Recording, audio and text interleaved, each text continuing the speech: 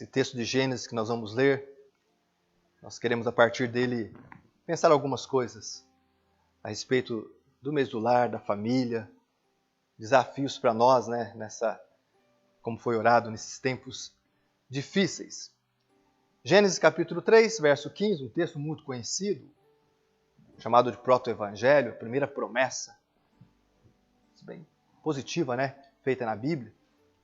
Mas vamos ler juntos? Diz assim: porém, inimizade entre ti e a mulher, entre a tua descendência e o seu descendente, este te ferirá a cabeça e tu lhe ferirás o calcanhar.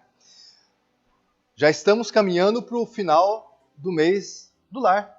Última semana do mês de maio. Já estamos caminhando na última semana e terminando mais um mês, né? O ano está indo embora. Nesse mês específico e nesse ano específico no mês da família, no mês do lar, nós estamos relembrando algo que podemos esquecer quando estamos bravos, decepcionados, nervosos, irados. Estamos relembrando que a nossa família é bênção do Senhor.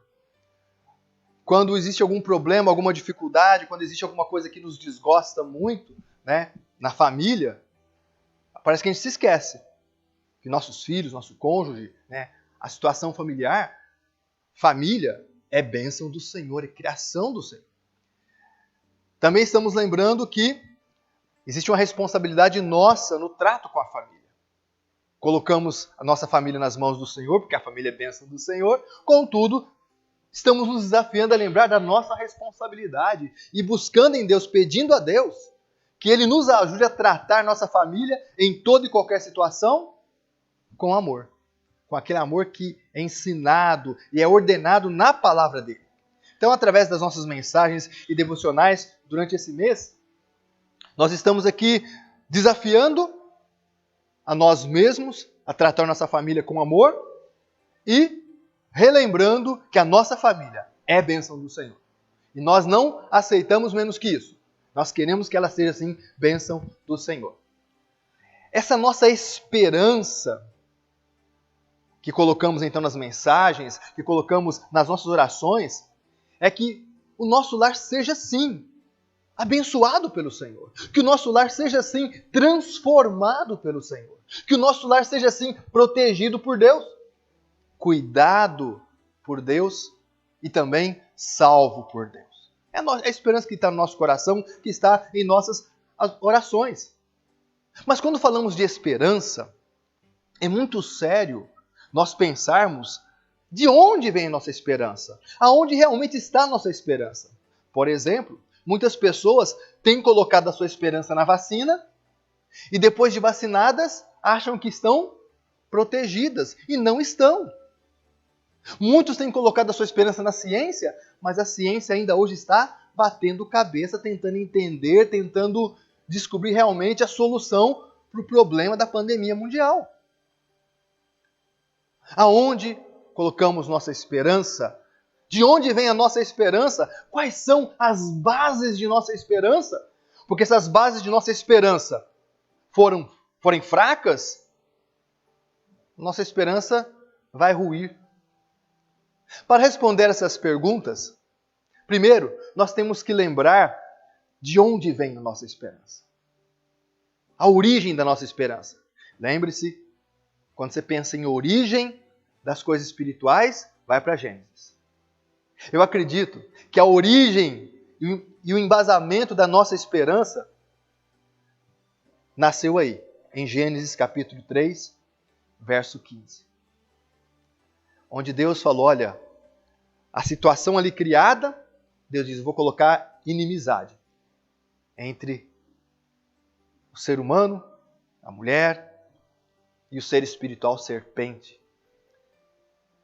E vou trazer um descendente, vai vir da descendência da mulher, alguém que vai pisar a cabeça da serpente. E que a serpente produziu de mal, ele vencerá. Vai sofrer por isso, será picado, mas ele vencerá. E aí nesse contexto, nós lembramos que quando Deus criou, não era assim. Quando Deus idealizou, pensou a família, criou a família, Não era para ser assim, não era assim. Deus criou tudo perfeito, tudo muito bom. Gênesis capítulo 1, verso 31. Mas lembramos também que a Bíblia diz que com a queda do ser humano, com o pecado, o ser humano, ele perde aquele muito bom que Deus criou, até o muito bom da família.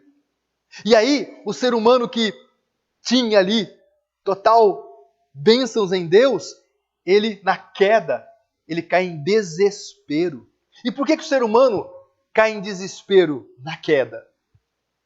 Porque a paz com Deus, a comunhão que ele tinha maravilhosa com Deus, o sustento providencial de Deus ali no Jardim do Éden, que o ser humano tinha tudo, a família tinha tudo, a vida, o descanso, a saúde.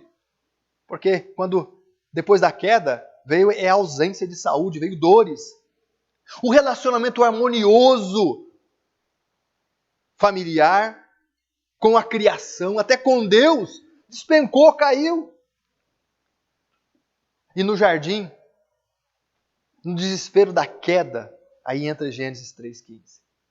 Naquele perder a esperança, Deus, em sua graça e misericórdia, Ele dá esperança.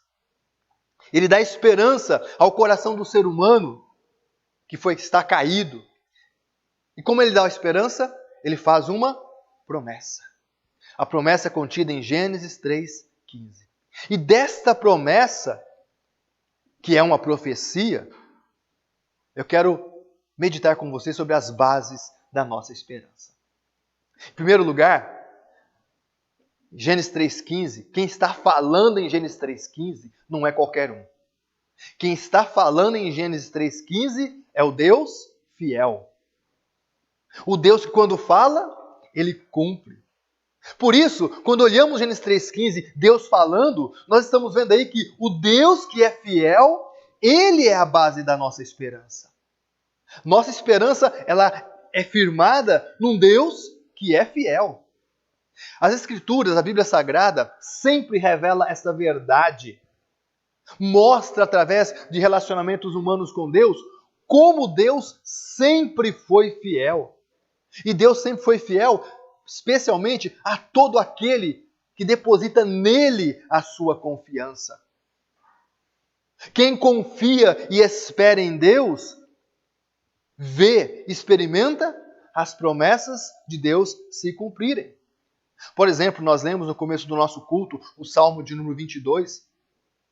E o Salmo de número 22 revela a luta que Davi estava passando numa situação pessoal particular, muito crítica. Uma situação tão crítica que ameaçava a própria vida dele.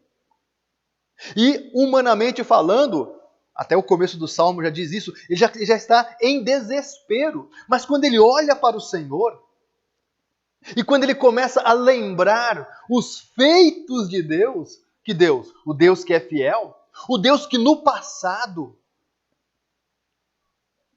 quando o povo confiou e se entregou e esperou, Deus agiu. Olha o que o salmista diz no versículo 4 e versículo 5. Nossos pais confiaram em ti. Confiaram e os livraste. A ti clamaram e se livraram.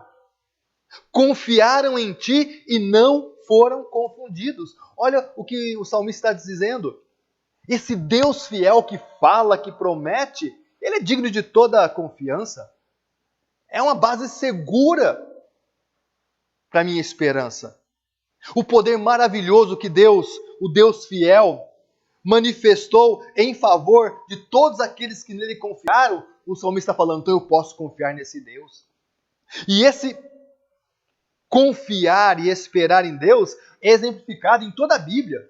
No livro de Êxodo, quando o povo caminhava para a terra prometida, para Canaã, nos próprios milagres de Jesus, tantos levaram os seus doentes, os seus endemoniados, os seus desesperados até Jesus e Jesus Cristo? Até quando não levaram, mas estavam em desespero, Jesus Cristo foi e ressuscitou. Quando vemos a história dos apóstolos, a confiança depositada no Deus que é fiel, nunca falhou. E tantas outras histórias e exemplos bíblicos semelhantes. Vou citar 2 textos. Salmo 124, verso 8. O nosso socorro está no nome do Senhor. Lembre-se, qual é o nome do Senhor? Aquele que é. Eu sou o que sou. E o que Deus é? Fiel, poderoso, misericordioso, amoroso. É o Deus que cura e liberta, é o Deus da paz. É o Deus que salva. Hebreus capítulo 13, verso 6. Tudo bem que lá no Salmo 124, verso 6, o salmista completa, né? O nosso socorro está no nome do Senhor. Que Senhor? O Senhor que é todo poderoso, porque Ele é criador do céu e da terra. O que existe no céu e o que não existe na terra é Deus que criou, porque Ele tem poder para isso. E em Hebreus capítulo 13, verso 6. Assim, afirmemos confiantemente.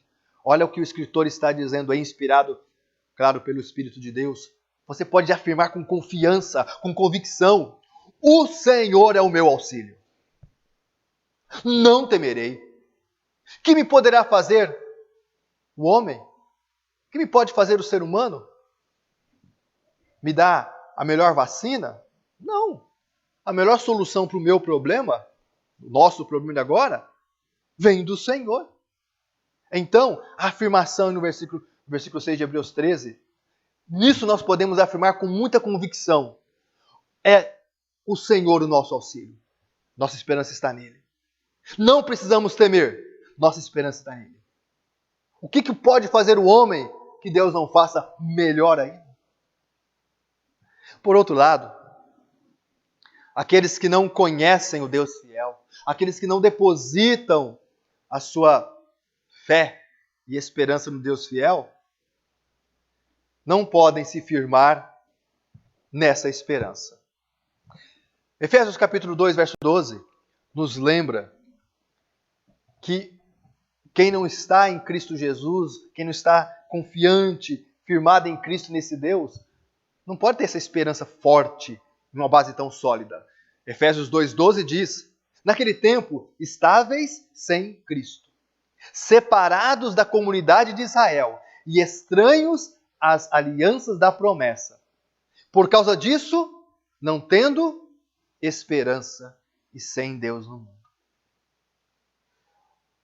Se não estamos em Cristo, não estamos ligados à comunidade de Cristo, ou o povo de Deus, Israel, se somos estranhos às alianças, os pactos que Deus faz com os seus, que esperanças temos? Estamos sem Deus no mundo? Em segundo lugar, Gênesis 3,15, ele nos fala aonde está a nossa esperança. Mais outra base nos é dada aí. E vou dizer claramente, Gênesis 3,15 fala que Jesus Cristo é a esperança. Porque Gênesis 3,15 não cita o nome, mas ele está falando do descendente prometido, que será a base de nossa esperança também. E o descendente prometido é quem? É o Senhor Jesus Cristo. É em Jesus Cristo que é acrescentado, fortalecido, mais uma razão na base da nossa esperança. Por quê? Porque quando você vê a promessa do descendente e a vinda do descendente, você começa a perceber como ele opera em nossas vidas, em nossas famílias, nas nossas situações. Para que Jesus Cristo veio mesmo? Por que Jesus Cristo veio mesmo? 1 de João capítulo 3, verso 8, nos faz essa ligação de Gênesis 3,15 com a vida